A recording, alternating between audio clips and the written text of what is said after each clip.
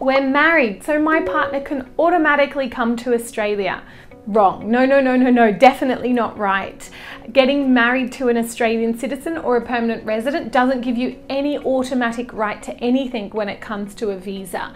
You need to go through the exact same process as a couple who's not married, and that is by lodging an appropriate partner visa. So it might be a partner visa being applied for inside Australia, or it might be a partner visa applied for from outside of Australia. But getting married isn't the magic step that's going to result in you being able to remain here automatically, and it's not the magic piece of paper that's going to guarantee a visa grant.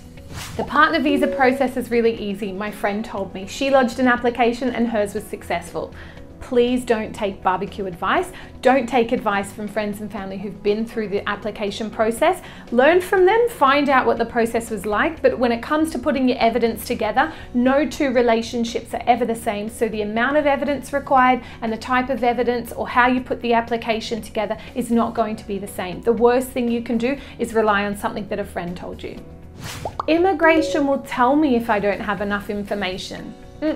No, they won't.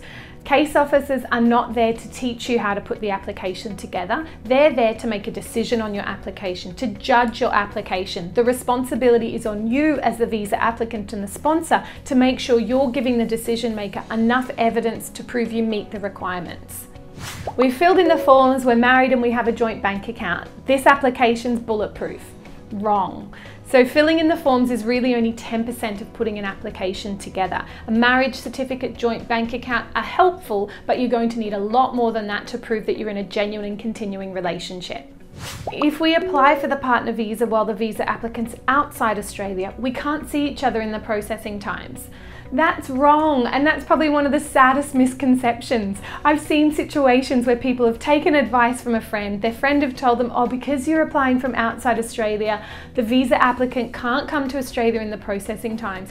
And couples have spent a whole year apart from each other. That's not the case. If you apply for the partner visa from outside of Australia, the processing times can be lengthy, whether it's onshore or offshore. But if it's an offshore application, in those processing times, you can apply for a visitor visa. If that visitor visa is granted, you can come in and spend time together while you're waiting. We're applying for a partner visa, so we'll also just apply for one of those bridging visa things. Not every partner visa or not every couple is able to secure a bridging visa when it comes to going through the partner visa process. So a bridging visa is automatically applied for when you're in a position to apply for the onshore partner visa. So if you're in Australia and you've lodged an application for an onshore partner visa, that is the visa application's been lodged and you have a valid visa at the time of applying, and there isn't a limiting condition like a no further stay condition attached to the visa that you held, then a bridging visa will be granted. If you've applied for an offshore partner visa, so a 309 or a prospective marriage visa, there's no bridging visas in this game. Nothing comes into it about bridging visas when you're applying for the offshore visas. If you're applying for the onshore visa and the bridging visa is important, really get advice to make sure that that bridging visa is going to be granted and that you have all the requirements for that to go ahead. We can lodge some of the evidence now and we'll just give the rest of it to immigration later. Of course you can. Of course you can lodge application evidence later on, but I strongly discourage you from doing that. And why? Because when you lodge that application, the recipe or the requirements, some of those requirements must be met at the time of applying for the visa. If you haven't met those requirements at the time of applying, there's no going back, and it could result in the visa application being refused. If you have met the requirements at the time of applying, but you've just done a bit of a sloppy job in putting the evidence together, you didn't have time and you're going to upload the rest later or when it comes about, again, I strongly discourage you from doing that. Immigration is not bound to request or prompt you to give them the evidence when they're ready to make a decision. They can make a decision at any time. They're there to do their job, not to encourage you or to time manage you into providing what they need. So my advice always is to put your best foot forward, put the strongest application possible in when you lodge the application, and that will avoid immigration perhaps seeing an application that's poorly prepared and refusing it quickly. So definitely prepare in advance, make sure you have the strongest case.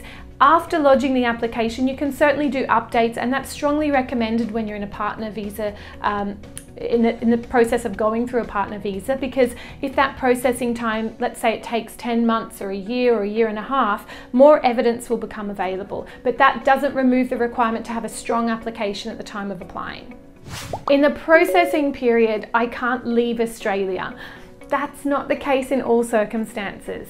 If you're somebody who's applying for an onshore partner visa, after lodging the application, if a bridging visa applies in your circumstances and in the waiting period you're holding, for example, a bridging visa A, and you need to go back home or you want to go overseas, you can do so. It just takes a little bit of preparation because it's a process you need to go through. You need to apply for what's called a bridging visa B. A bridging visa B will allow you to come back into Australia at the end of your trip.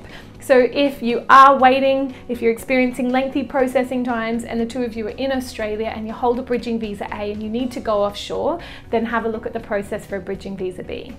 Visitor visas are cheaper than partner visas. We'll just use visitor visas instead of a partner visa. That's definitely the case. Visitor visas are significantly less than the partner visa, but using a visitor visa long term to reside together in Australia is not a great idea.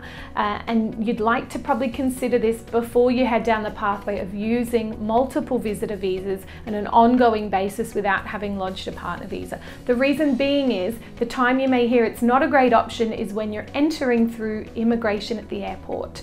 So if immigration feels that you're misusing the visitor visa, meaning that you're using it to reside in Australia as compared to using it for visits to family, short-term nature reasons, then immigration may refuse entry at the border. You may be put on a plane and sent back to your home country.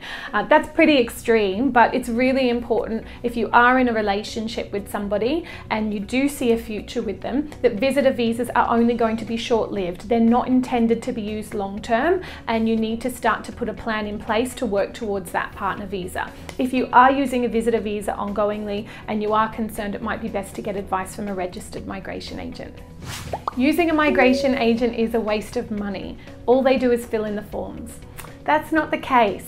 So a registered migration agent will help you with filling in the forms, but that's probably only 10% of their job. What you can rely on your registered migration agent for is telling you, one, if you even meet the requirements. Is now a good time to lodge the application? If not, when should we be lodging the application? What can we go and do now to help us with being ready to meet the requirements when it is time to lodge?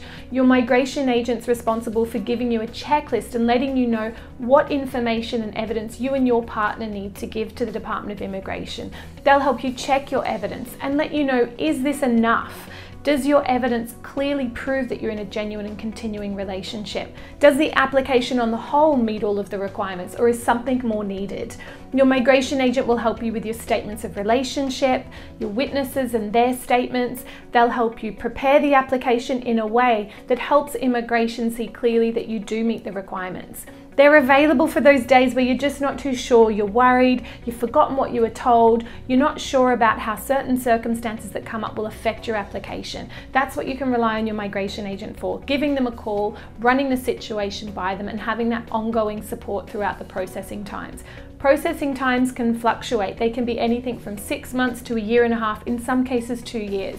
In that period, you've got someone by your side who's knowledgeable, who's up to date on the legislation and knows what to expect when going through the process. So they'll be there to answer your questions and give you reassurance throughout the process.